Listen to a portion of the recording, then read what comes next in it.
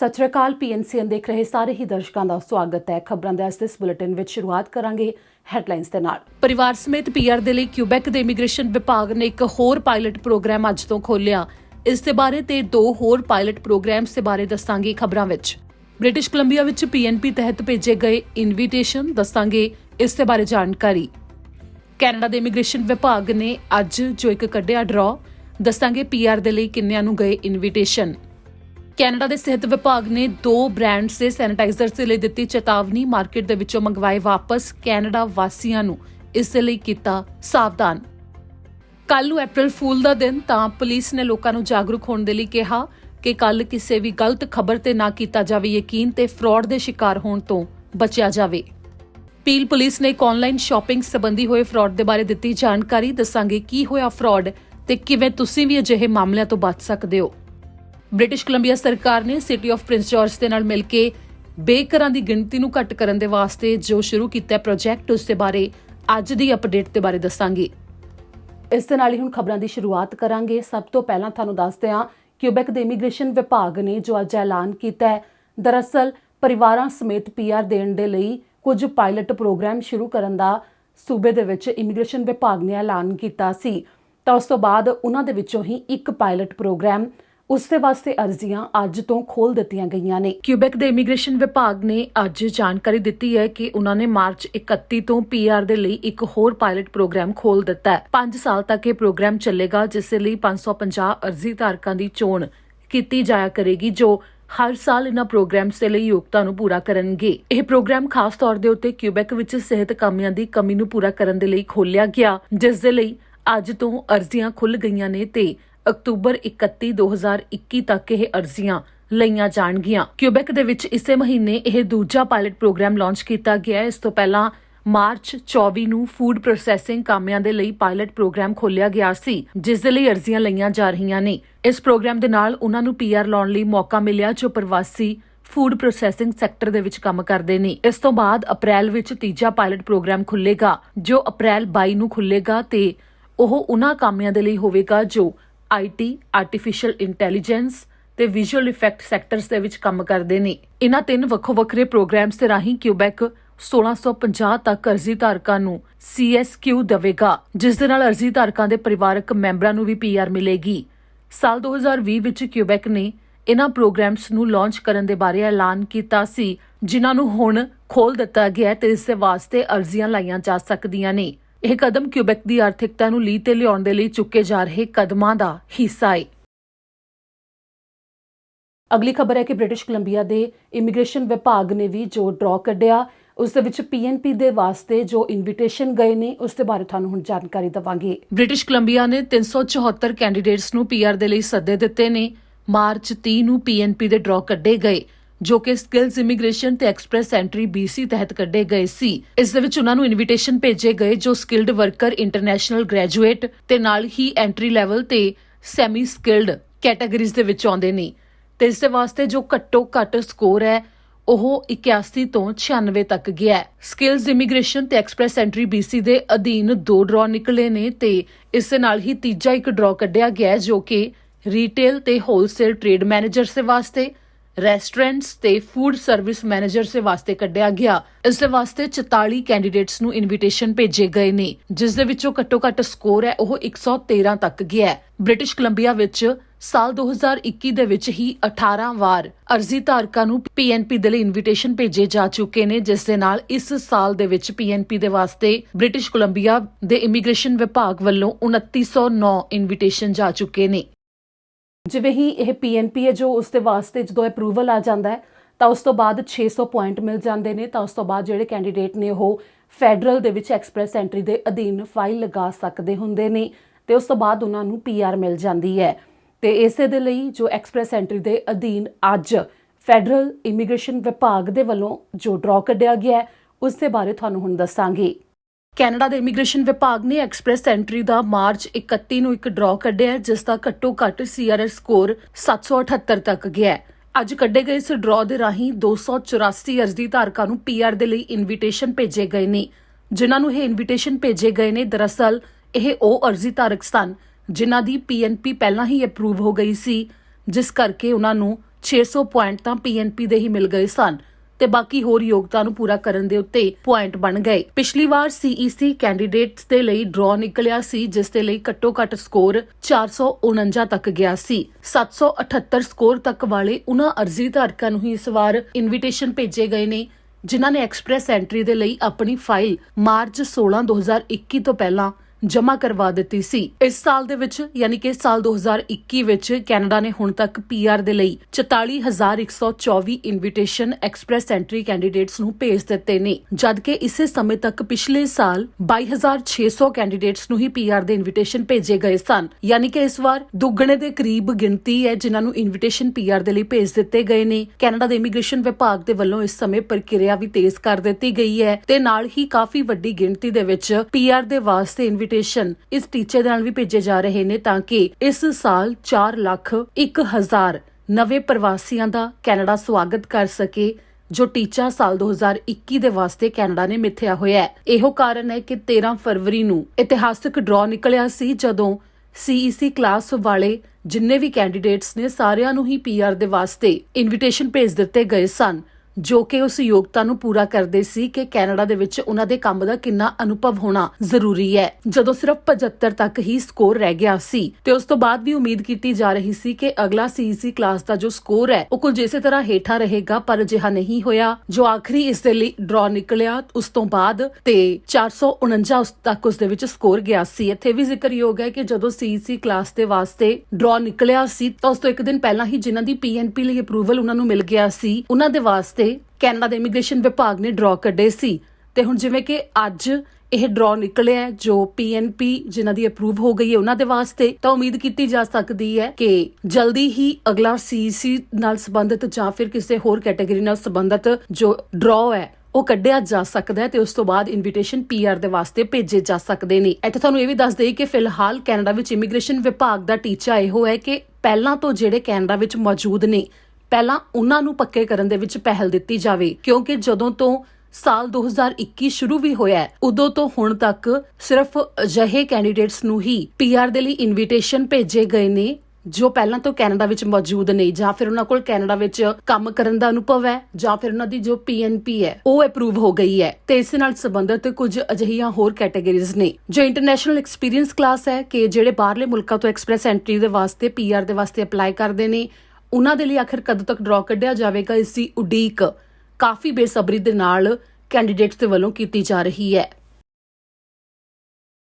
ਅਗਲੀ ਖਬਰ ਹੈ ਕਿ ਸਿਹਤ ਵਿਭਾਗ ਨੇ ਅੱਜ ਇੱਕ ਚੇਤਾਵਨੀ ਜਾਰੀ ਕੀਤੀ ਹੈ ਤੇ ਨਾਲ ਹੀ ਸਾਰੇ ਹੀ ਕੈਨੇਡਾ ਵਾਸੀਆਂ ਨੂੰ ਜਾਣਕਾਰੀ ਦਿੱਤੀ ਹੈ 2 ਅਜਿਹੇ ਸੈਨੀਟਾਈਜ਼ਰਸ ਦੇ ਬਾਰੇ ਜਿਨ੍ਹਾਂ ਨੂੰ ਸਿਹਤ ਵਿਭਾਗ ਦੇ ਵੱਲੋਂ ਖਤਰਾ ਦੱਸਿਆ ਗਿਆ ਹੈ ਕਿਉਂਕਿ ਉਸ ਦੇ ਵਿੱਚ ਕੁਝ ਕਮੀਆਂ ਨੇ, ਜਿਸ ਕਰਕੇ ਉਹਨਾਂ ਨੂੰ ਮਾਰਕੀਟ ਦੇ ਵਿੱਚੋਂ ਵਾਪਸ ਮੰਗਵਾ ਲਿਆ ਗਿਆ ਹੈ। ਜਿਸ ਤੋਂ ਬਾਅਦ ਸਿਹਤ ਵਿਭਾਗ ਨੇ ਸਾਰਿਆਂ ਨੂੰ ਜਾਣਕਾਰੀ ਦਿੰਦੇ ਹੋਏ ਇਸ ਦੇ ਬਾਰੇ ਜਿਹੜੀਆਂ ਗੱਲਾਂ ਦੱਸੀਆਂ ਉਹ ਹੁਣ ਤੁਹਾਨੂੰ ਅਸੀਂ ਦੱਸਾਂਗੇ। ਕੈਨੇਡਾ ਦੇ ਸਿਹਤ ਵਿਭਾਗ ਨੇ ਕਈ ਸੈਨੀਟਾਈਜ਼ਰ ਮਾਰਕੀਟ ਦੇ ਵਿੱਚੋਂ ਵਾਪਸ ਮੰਗਵਾਏ ਨੇ, ਜਿਸ ਨੂੰ ਲੈ ਕੇ ਚੇਤਾਵਨੀ ਵੀ ਜਾਰੀ ਕੀਤੀ ਗਈ ਹੈ, ਜਿਸ ਦੇ ਵਿੱਚ ਸਿਹਤ ਵਿਭਾਗ ਨੇ ਕਿਹਾ ਕਿ ਇਹ ਉਹ ਸੈਨੀਟਾਈਜ਼ਰ ਨੇ ਜੋ ਕਿ ਸਿਹਤ ਦੇ ਵਾਸਤੇ ਖਤਰਾ ਵੀ ਪੈਦਾ ਕਰ ਸਕਦੇ ਨੇ, ਜਿਸ ਦੇ ਵਿੱਚ ਉਹਨਾਂ ਨੇ ਕਿਹਾ ਕਿ ਇਹਨਾਂ ਵਿੱਚ ਕਈ ਤਰ੍ਹਾਂ ਦੀਆਂ ਕਮੀਆਂ ਹੋ ਸਕਦੀਆਂ ਨੇ, ਜਿਸ ਦੇ ਕਰਕੇ ਇਹਨਾਂ ਨੂੰ ਵਾਪਸ ਮੰਗਵਾਇਆ ਗਿਆ, ਜਿਸ ਦੇ ਵਿੱਚ ਸਭ ਤੋਂ ਪਹਿਲਾਂ ਤਾਂ ਇਹ ਲਿਖਿਆ ਗਿਆ ਹੈ ਕਿ ਉਹਨਾਂ ਵਿੱਚ ਅਜਿਹੇ ਸਮਾਨ ਦੀ ਮੌਜੂਦਗੀ ਹੋ ਸਕਦੀ ਹੈ ਜਿਸ ਨੂੰ ਕਿ ਸਿਹਤ ਵਿਭਾਗ ਦੇ ਵੱਲੋਂ ਮਨਜ਼ੂਰੀ ਨਹੀਂ ਦਿੱਤੀ ਜਾਂਦੀ,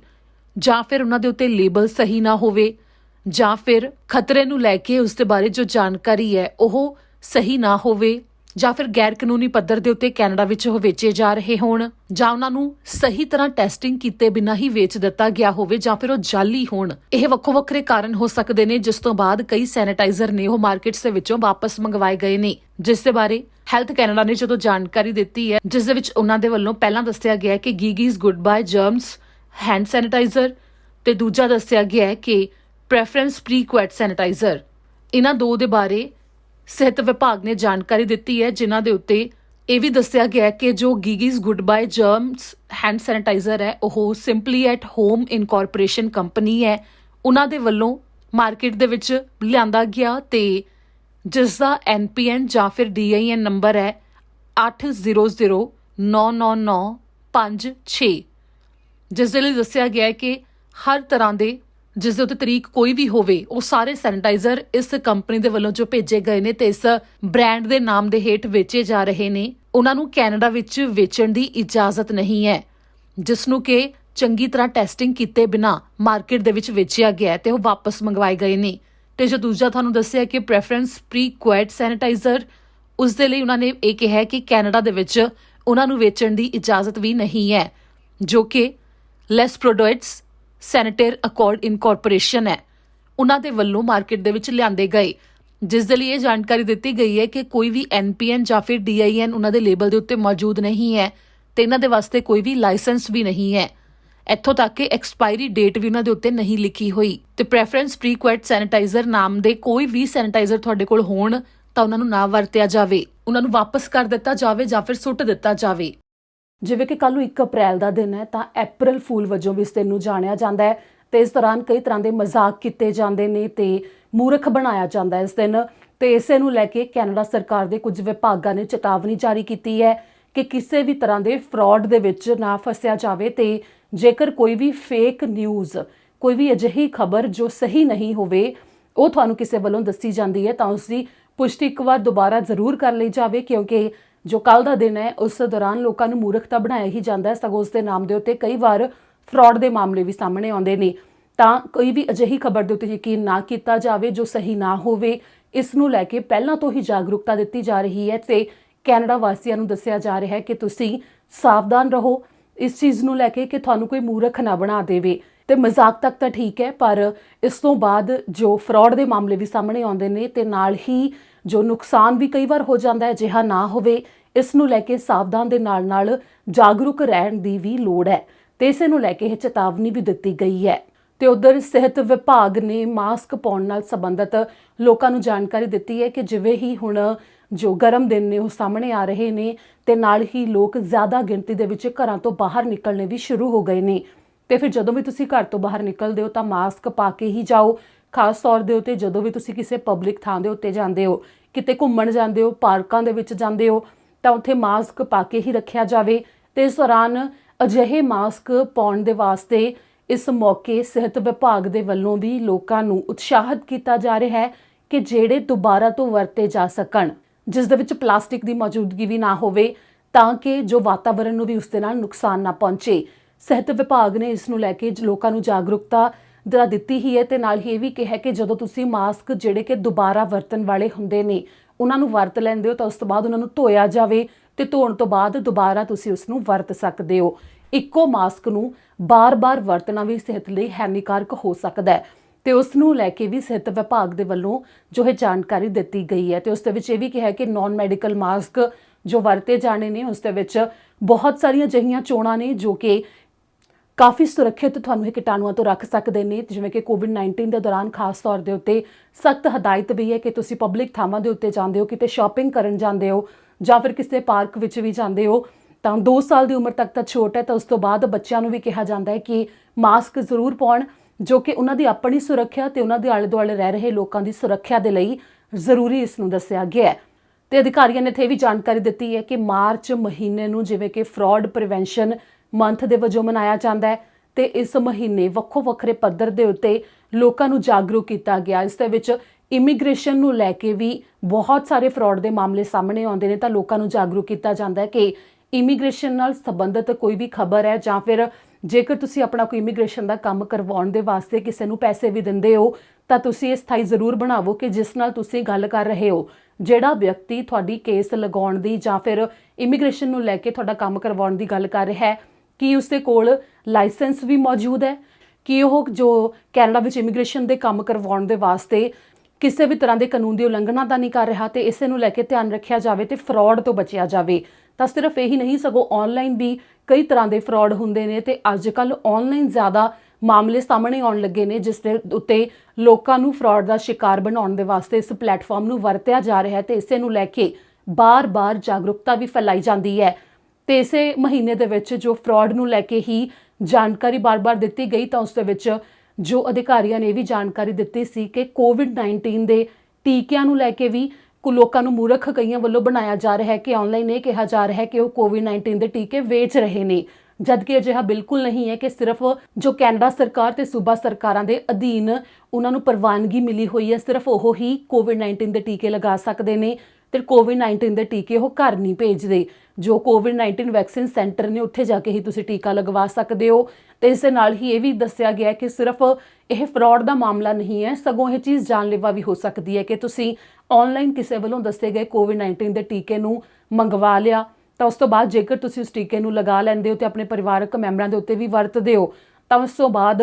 ਇਹ ਨਹੀਂ ਪਤਾ ਕਿ ਉਹ ਟੀਕਾ ਕਿਸ ਚੀਜ਼ ਨਾਲ ਤਿਆਰ ਕੀਤਾ ਗਿਆ ਹੈ ਤੇ ਸਿਹਤ ਵਿਭਾਗ ਦੇ ਵੱਲੋਂ ਉਸ ਨੂੰ ਮਨਜ਼ੂਰੀ ਨਹੀਂ ਹੈ ਤਾਂ ਉਸ ਤੋਂ ਬਾਅਦ ਉਹ ਤੁਹਾਡੇ ਲਈ ਖਤਰਨਾਕ ਵੀ ਸਾਬਤ ਹੋ ਸਕਦਾ ਹੈ, ਜਿਸ ਦੇ ਨਾਲ ਜਾਨ ਤੱਕ ਜਾ ਸਕਦੀ ਹੈ। ਜਿਸ ਕਰਕੇ ਜੇਕਰ ਤੁਹਾਨੂੰ ਅਜਿਹੀ ਕਿਤੇ ਵੀ ਕੋਈ ਜਾਣਕਾਰੀ ਦਿੱਤੀ ਜਾਂਦੀ ਹੈ ਤਾਂ ਤੁਸੀਂ ਉਸ ਜਾਣਕਾਰੀ ਦੀ ਪੁਸ਼ਟੀ ਸਰਕਾਰੀ ਵੈਬਸਾਈਟਸ ਤੋਂ ਜ਼ਰੂਰ ਕਰੋ ਤਾਂ ਕਿ ਤੁਸੀਂ ਕਿਸੇ ਵੀ ਫਰਾਡ ਦਾ ਸ਼ਿਕਾਰ ਹੋਣ ਤੋਂ ਬਚ ਜਾਵੋ। ਜਿਵੇਂ ਕਿ ਆਨਲਾਈਨ ਫਰਾਡ ਦੀ ਗੱਲ ਕੀਤੀ ਜਾਂਦੀ ਹੈ ਤਾਂ ਉਸ ਦੇ ਵਿੱਚ ਜੋ ਆਨਲਾਈਨ ਵੇਚਣ ਤੇ ਖਰੀਦਣ ਦੀਆਂ ਸਮਾਨ ਵੈਬਸਾਈਟਸ ਵੀ ਬਣੀਆਂ ਹੋਈਆਂ ਨੇ, ਉਸ ਦੀ ਵੀ ਚੰਗੀ ਤਰ੍ਹਾਂ ਪੁਸ਼ਟੀ ਕਰ ਲਵੋ ਕਿ ਉਹ ਸਹੀ ਵੀ ਹੈ ਕਿ ਕਿਤੇ ਤੁਸੀਂ ਪੈਸੇ ਜੋ ਭੇਜ ਦਵੋ ਤੇ ਤੁਸੀਂ ਆਪਣੇ ਕ੍ਰੈਡਿਟ ਕਾਰਡ ਦੀ ਜਾਣਕਾਰੀ ਭੇਜ ਦਵੋ ਤਾਂ ਉਸ ਦੀ ਬਾਅਦ ਵਿੱਚ ਦੁਰਵਰਤੋਂ ਨਾ ਹੋ ਜਾਵੇ ਤੇ ਫਿਰ ਜਿਹੜਾ ਗ੍ਰਾਹਕ ਹੈ ਕਿਤੇ ਉਹ ਤੁਹਾਨੂੰ ਮੂਰਖ ਨਾ ਬਣਾ ਜਾਵੇ, ਕਿਉਂਕਿ ਅਜਿਹਾ ਹੀ ਇੱਕ ਮਾਮਲਾ ਓਨਟਾਰੀਓ ਤੋਂ ਸਾਹਮਣੇ ਆਇਆ ਹੈ। ਮਿਸੀਸਾਗਾ ਦੇ ਵਿੱਚ ਅਜਿਹਾ ਹੋਇਆ ਹੈ ਜਿਸ ਦੇ ਬਾਰੇ ਪੀਲ ਪੁਲਿਸ ਨੇ ਜਾਣਕਾਰੀ ਵੀ ਦਿੱਤੀ ਹੈ। ਤੁਹਾਨੂੰ ਦੱਸਦੇ ਹਾਂ ਕਿ ਕੀ ਹੈ ਪੂਰਾ ਮਾਮਲਾ। ਪੀਲ ਪੁਲਿਸ ਨੇ ਇੱਕ ਮਾਮਲੇ ਦੇ ਬਾਰੇ ਜਾਣਕਾਰੀ ਸਾਂਝੀ ਕੀਤੀ ਹੈ ਤੇ ਨਾਲ ਹੀ ਸਾਰਿਆਂ ਨੂੰ ਆਨਲਾਈਨ ਫਰਾਡ ਵਿੱਚ ਨਾ ਹੋ ਕੋਈ ਫਸੇ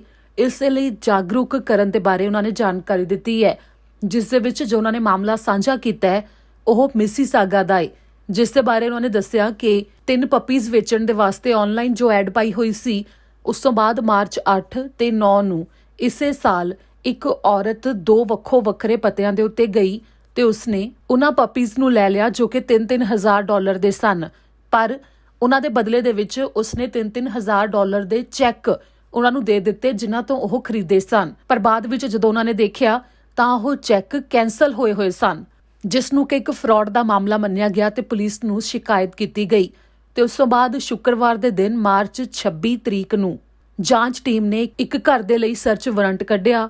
ਜੋ ਕਿ ਸੈਂਟ ਕੈਥਰੀਨਸ ਦੇ ਵਿੱਚ ਸੀ ਤੇ ਉੱਥੇ ਉਹਨਾਂ ਨੇ ਦੇਖਿਆ ਕਿ 3 ਪਪੀਜ਼ ਮੌਜੂਦ ਸਨ ਜੋ ਕਿ ਸੁਰੱਖਿਅਤ ਵੀ ਸਨ। ਜਿਸ ਤੋਂ ਬਾਅਦ ਉੱਥੇ ਮੌਜੂਦ 22 ਸਾਲਾ ਔਰਤ ਜੋ ਕਿ ਹੈਮਿਲਟਨ ਦੀ ਰਹਿਣ ਵਾਲੀ ਸੀ, ਉਸ ਦਾ ਨਾਮ ਡਿਜਨੇ ਜਨਰਲ ਦੱਸਿਆ ਗਿਆ ਹੈ, ਉਸ ਦੇ ਉੱਤੇ ਮਾਮਲੇ ਦਰਜ ਕੀਤੇ ਗਏ ਜਿਸ ਦੇ ਉੱਤੇ $5,000 ਤੱਕ ਦਾ ਫਰਾਡ ਦਾ ਮਾਮਲਾ ਵੀ ਦਰਜ ਕੀਤਾ ਗਿਆ ਤੇ ਇਸੇ ਨਾਲ ਹੀ ਹੋਰ ਵੀ ਮਾਮਲੇ ਦਰਜ ਹੋਏ ਜਿਸ ਨੂੰ ਅਦਾਲਤ ਵਿੱਚ 27 ਮਾਰਚ ਨੂੰ ਪੇਸ਼ ਵੀ ਕੀਤਾ ਗਿਆ ਸੀ। ਤਾਂ ਉਸ ਤੋਂ ਬਾਅਦ ਇਸੇ ਮਾਮਲੇ ਵਿੱਚ 20 ਸਾਲਾ ਇੱਕ ਵਿਅਕਤੀ ਖਾਲਿਦ ਅਲੀ ਦੇ ਉੱਤੇ ਵੀ ਮਾਮਲੇ ਦਰਜ ਕੀਤੇ ਗਏ ਨੇ ਜੋ ਕਿ ਸੈਂਟ ਕੈਥਰੀਨਸ ਤੋਂ ਸੀ ਤੇ ਇੱਕ 23 ਸਾਲਾ ਵਿਅਕਤੀ ਸੈਂਟ ਕੈਥਰੀਨਸ ਤੋਂ ਹੀ ਸੀ ਜੈਕੋਬ ਬੈਲ, ਉਸ ਦੇ ਉੱਤੇ ਵੀ ਮਾਮਲੇ ਦਰਜ ਕੀਤੇ ਗਏ ਨੇ। ਪੁਲਿਸ ਨੇ ਇਸ ਦੇ ਬਾਰੇ ਜਾਣਕਾਰੀ ਦਿੰਦੇ ਹੋਏ ਸਾਰਿਆਂ ਨੂੰ ਇਹਨਾਂ ਸਕੈਮਸ ਦੇ ਬਾਰੇ ਜਾਗਰੂਕ ਕਰਨ ਦੀ ਕੋਸ਼ਿਸ਼ ਕੀਤੀ ਹੈ ਕਿ ਜੇਕਰ ਆਨਲਾਈਨ ਕਿਤੇ ਵੀ ਤੁਹਾਡੇ ਵੱਲੋਂ ਕੋਈ ਸਮਾਨ ਵੇਚਿਆ ਜਾਂ ਖਰੀਦਿਆ ਜਾਂਦਾ ਹੈ ਤਾਂ ਉਸ ਦੌਰਾਨ ਇਹ ਚੰਗੀ ਤਰ੍ਹਾਂ ਸਥਾਈ ਬਣਾਇਆ ਜਾਵੇ ਕਿ ਤੁਸੀਂ ਕਿਸੇ ਫਰਾਡ ਦੇ ਵਿੱਚ ਨਾ ਫਸ ਜਾਵੋ। ਅਗਲੀ ਖਬਰ ਹੈ ਕਿ ਬ੍ਰਿਟਿਸ਼ ਕੋਲੰਬੀਆ ਸਰਕਾਰ ਨੇ ਜਾਣਕਾਰੀ ਦਿੱਤੀ ਹੈ ਸਿਟੀ ਆਫ ਪ੍ਰਿੰਸ ਜਾਰਜ ਦੇ ਨਾਲ ਮਿਲ ਕੇ ਉਹਨਾਂ ਵੱਲੋਂ ਬੇਘਰਾਂ ਨੂੰ ਸਹਾਇਤਾ ਦੇਣ ਦੇ ਵਾਸਤੇ ਪ੍ਰੋਜੈਕਟ ਦੇ ਉੱਤੇ ਕੰਮ ਕੀਤਾ ਜਾ ਰਿਹਾ ਹੈ। ਆਖਿਰ ਕੀ ਹੈ ਇਹ ਪ੍ਰੋਜੈਕਟ ਤੇ ਕਿਵੇਂ ਘਰ ਤੇ ਸਹੂਲਤਾਂ ਦਿੱਤੀਆਂ ਜਾਣਗੀਆਂ ਉਸ ਦੇ ਬਾਰੇ ਦੱਸਦੇ ਹਾਂ। ਬ੍ਰਿਟਿਸ਼ ਕੋਲੰਬੀਆ ਸਰਕਾਰ ਨੇ ਜਾਣਕਾਰੀ ਦਿੱਤੀ ਹੈ ਕਿ ਉਹ ਸਿਟੀ ਆਫ ਪ੍ਰਿੰਸ ਜਾਰਜ ਦੇ ਨਾਲ ਮਿਲ ਕੇ ਲੋੜਵੰਦਾਂ ਨੂੰ ਘਰ ਤੇ ਸੁਰੱਖਿਅਤ ਮਾਹੌਲ ਦੇਣ ਦੇ ਵਾਸਤੇ ਕੰਮ ਕਰ ਰਹੇ ਨੇ, ਜਿਸ ਦੇ ਵਾਸਤੇ ਉਹਨਾਂ ਨੇ ਦੱਸਿਆ ਕਿ 50 ਸੁਰੱਖਿਅਤ ਤੇ ਸਹੂਲਤਾਂ ਦੇਣ ਵਾਲੇ ਘਰ ਦਿੱਤੇ ਜਾਣਗੇ ਜੋ ਕਿ ਬੇਘਰਾਂ ਦੀ ਗਿਣਤੀ ਘਟਾਉਣ ਦੇ ਵਾਸਤੇ ਜੋ ਟੀਚਾ ਧਾਰਿਆ ਗਿਆ ਉਸ ਦਾ ਹਿੱਸਾ ਹੈ, ਜਿਸ ਦੇ ਵਿੱਚ ਜਾਣਕਾਰੀ ਦਿੱਤੀ ਗਈ ਹੈ ਕਿ ਜੋ ਨਵੇਂ ਘਰ ਨੇ ਉਹ 855 ਇੱਕ ਐਵੇਨਿਊ ਦੇ ਉੱਤੇ ਬਣਾਏ ਜਾਣਗੇ। ਉਹ ਉਸੇ ਥਾਂ ਦੇ ਉੱਤੇ ਬਣਾਏ ਜਾਣਗੇ ਜਿੱਥੇ ਪਹਿਲਾਂ ਵੀ ਇੱਕ ਪ੍ਰੋਜੈਕਟ ਚੱਲ ਰਿਹਾ ਹੈ ਜਿਸ ਦੇ ਵਿੱਚ 50 ਅਫੋਰਡੇਬਲ ਰੈਂਟਲ ਹੋਮਸ ਤਿਆਰ ਕੀਤੇ ਜਾ ਰਹੇ ਨੇ ਤੇ ਨਾਲ ਹੀ ਸੂਬੇ ਦੇ ਵੱਲੋਂ ਇੱਥੇ ਜਾਣਕਾਰੀ ਦਿੱਤੀ ਗਈ ਹੈ ਕਿ ਜੋ ਇਹ ਪ੍ਰੋਜੈਕਟ ਉਹਨਾਂ ਦੇ ਵੱਲੋਂ ਲਗਾਇਆ ਜਾਵੇਗਾ ਉਸ ਦੇ ਵਾਸਤੇ ਜੋ ਥਾਂ ਹੈ ਉਹ ਸਿਟੀ ਆਫ ਪ੍ਰਿੰਸ ਜਾਰਜ ਨੇ ਦਿੱਤੀ ਹੈ। ਇਸ ਦੇ ਨਾਲ ਹੀ ਜੋ ਨਵਾਂ ਐਲਾਨ ਵੀ ਕੀਤਾ ਗਿਆ ਉਸ ਤੋਂ ਬਾਅਦ ਸੂਬੇ ਨੇ ਜਾਣਕਾਰੀ ਦਿੱਤੀ ਹੈ ਕਿ ਪ੍ਰਿੰਸ ਜਾਰਜ ਦੇ ਵਿੱਚ ਨਵੇਂ 300 ਅਫੋਰਡੇਬਲ ਘਰ ਬਣਾਉਣ ਦੇ ਵਾਸਤੇ ਉਹਨਾਂ ਦੇ ਵੱਲੋਂ ਕੰਮ ਕੀਤਾ ਜਾ ਰਿਹਾ ਹੈ ਤੇ city of Prince George British Columbia ਸੂਬੇ ਦੀ ਸਰਕਾਰ ਦੇ ਨਾਲ ਮਿਲ ਕੇ ਬੇਘਰਾਂ ਦੀ ਮਦਦ ਦੇ ਵਾਸਤੇ ਇਸ ਦੇ ਉੱਤੇ ਕੰਮ ਕਰ ਰਹੀ ਹੈ, ਜਿਸ ਦੇ ਵਿੱਚ ਸੂਬਾ ਸਰਕਾਰ ਤੇ ਸ਼ਹਿਰ ਦੋਵਾਂ ਦੇ ਵੱਲੋਂ ਯੋਗਦਾਨ ਪਾਇਆ ਜਾ ਰਿਹਾ ਹੈ। ਇਸ ਦੇ ਨਾਲ ਹੀ ਅੱਜ ਦੇ ਇਸ ਬੁਲੇਟਿਨ ਵਿੱਚ ਇੰਨਾ ਹੀ। ਮੈਨੂੰ ਦਿਓ ਇਜਾਜ਼ਤ। ਸਤਿ ਸ਼੍ਰੀ ਅਕਾਲ।